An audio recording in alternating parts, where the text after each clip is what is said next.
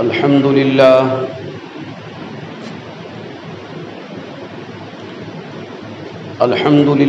وحده والصلاة والسلام على رسوله الذي لا نبي بعده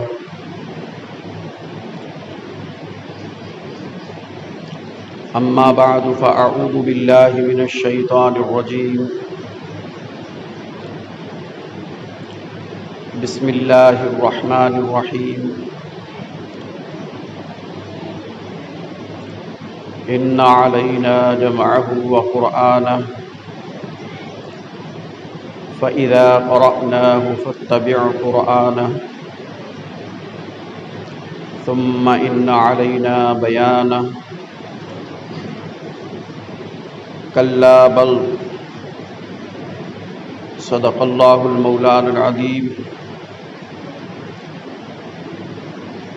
معزز حاضرین مجلس، سامعین کرام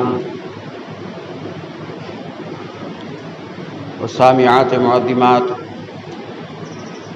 السلام علیکم ورحمۃ اللہ تعالی وبرکاتہ. آغاز گفتگو سے قبل ایک مرتبہ محبت و عقیدت کے ساتھ درود پاک پڑھنے کی سعادتیں حاصل فرمائیں. اللہم صلی علی سیدنا شفیعنا و مولانا محمد وبارک وسلم صلاۃ و سلاما علیک یا رسول اللہ صلی اللہ تعالی علیہ وآلہ وبارک وسلم.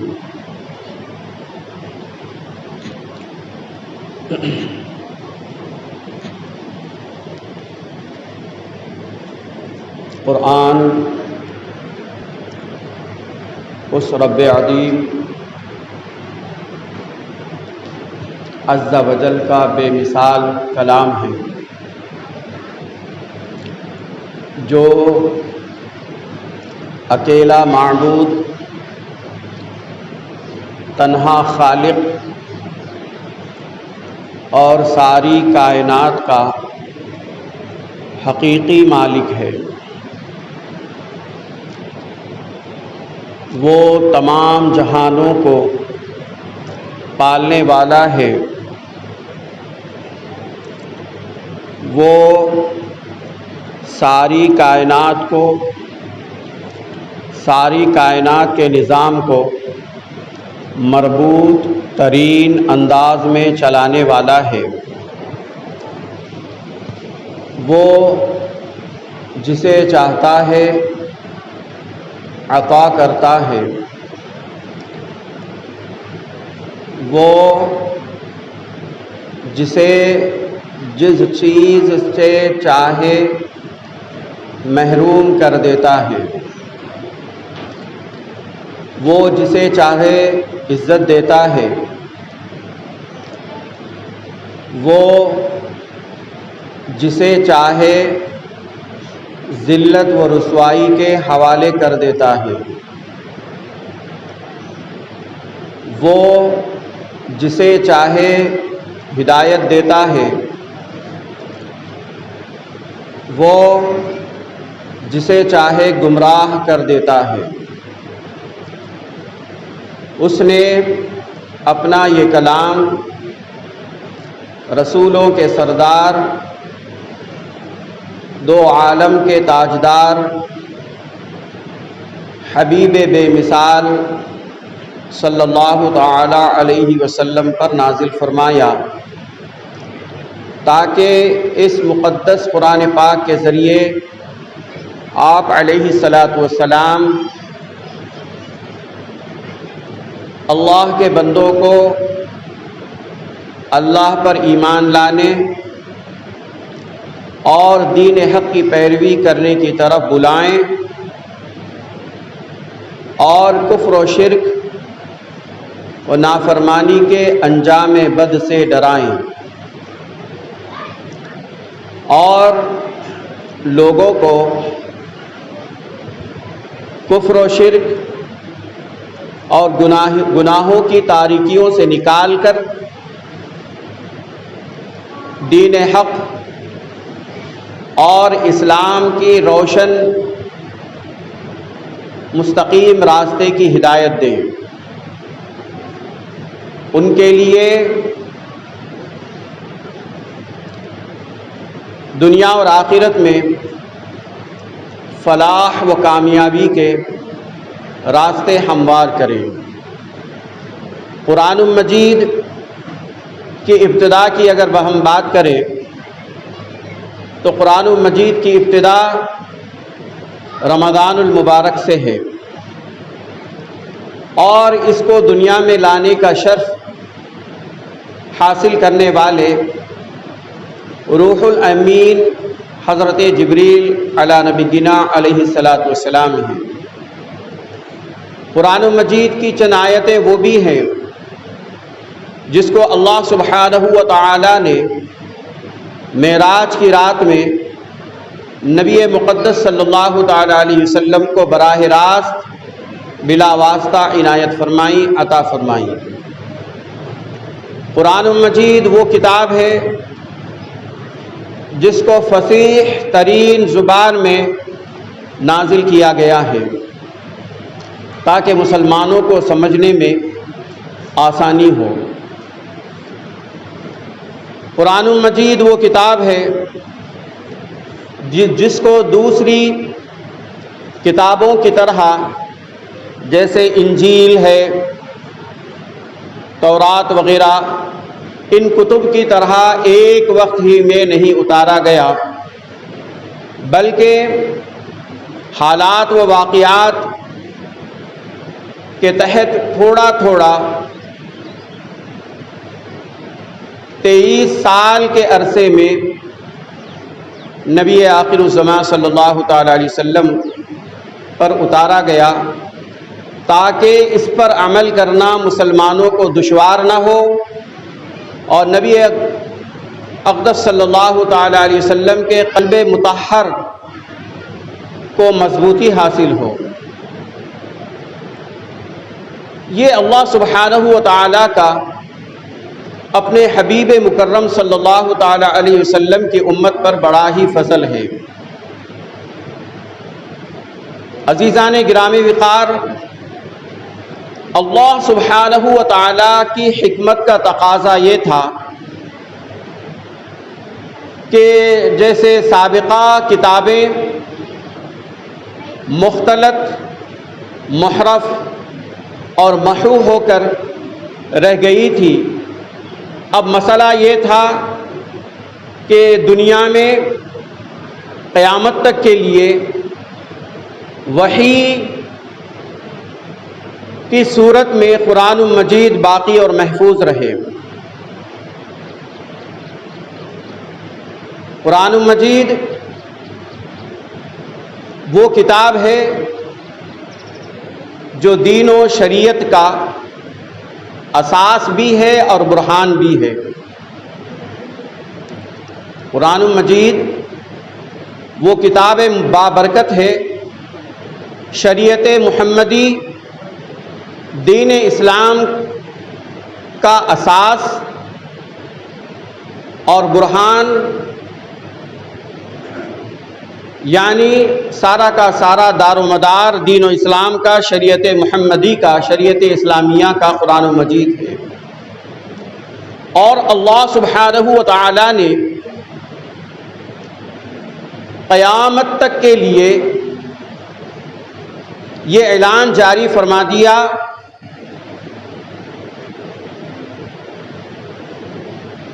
کہ شریعت محمدی اور دین اسلام،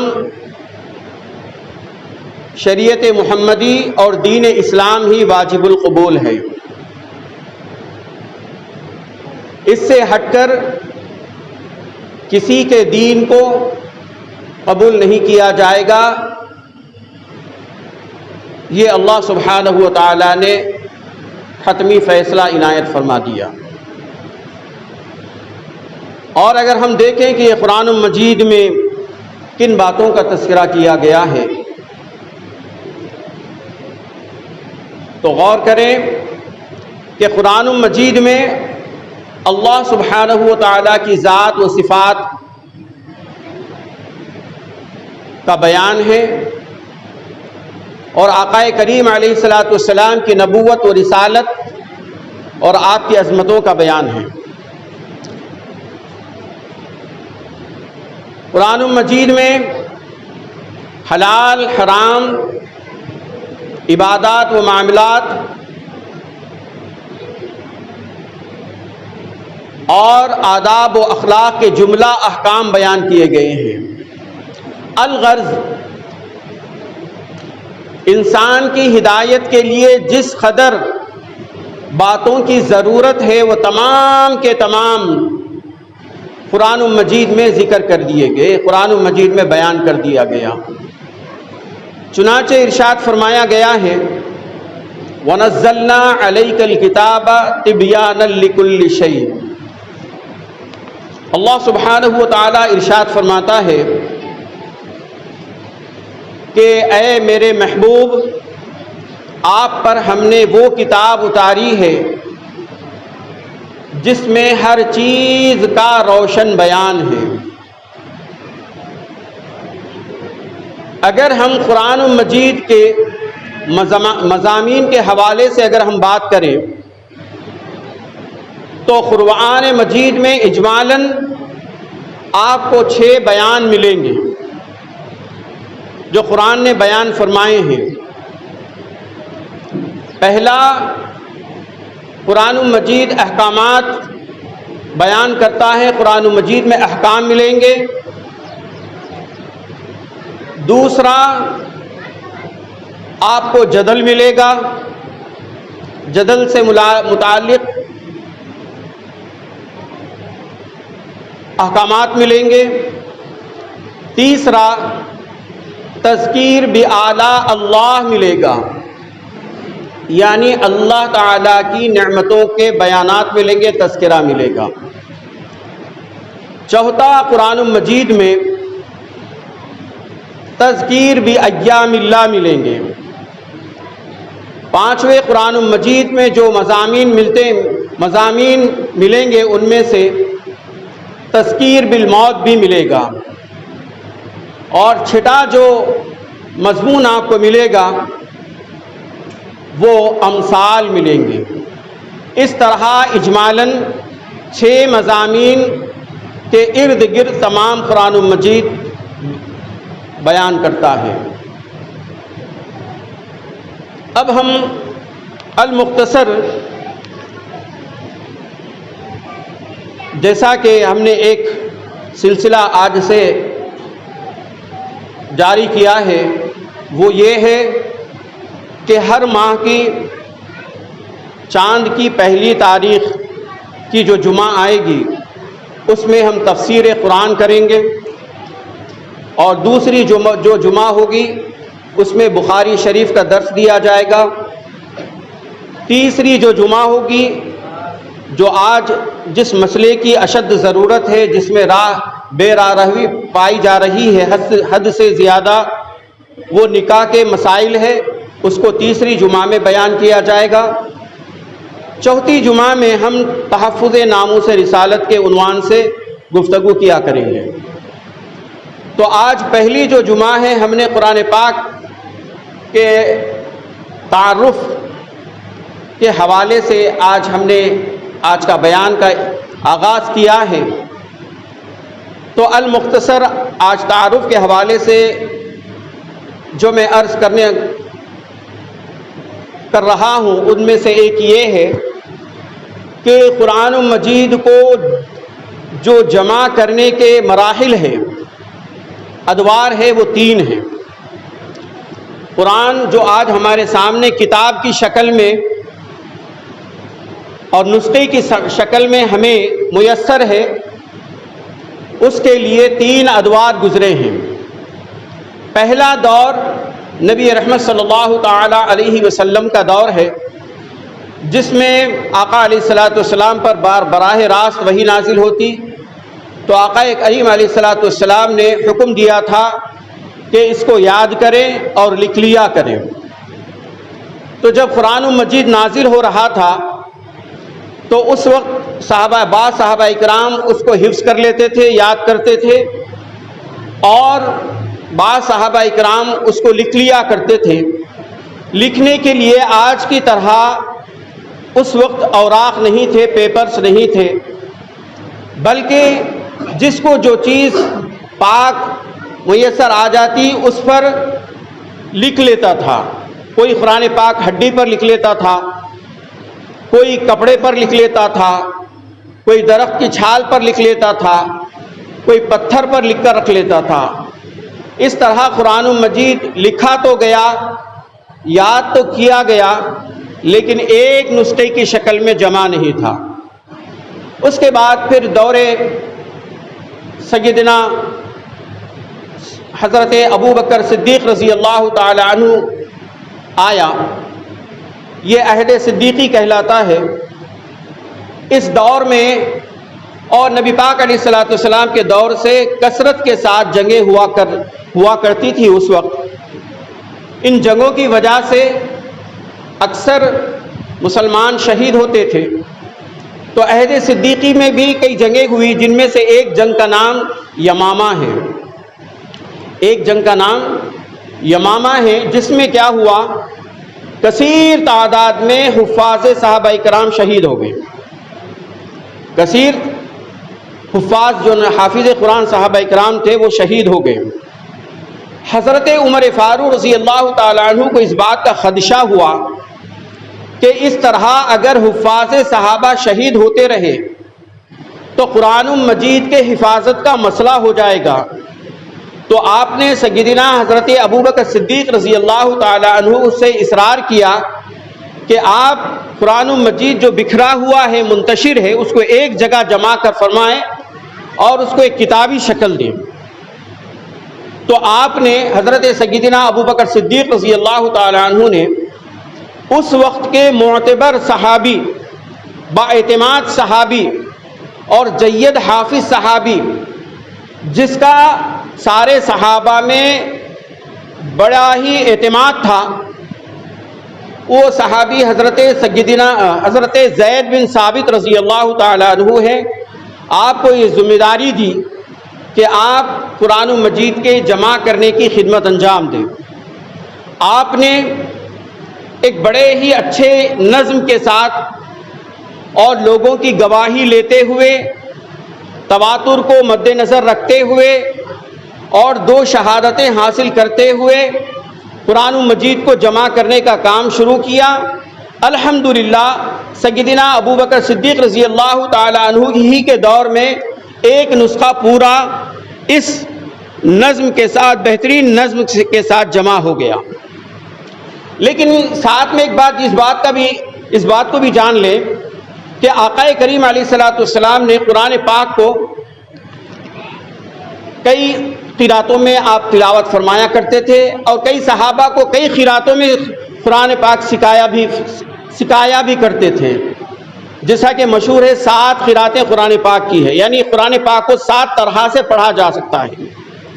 تو ہوا یہ تھا کہ جو صحابہ جو قرات لیے تھے وہ لے کر چلے گئے تھے، اسی کی تعلیم دے رہے تھے۔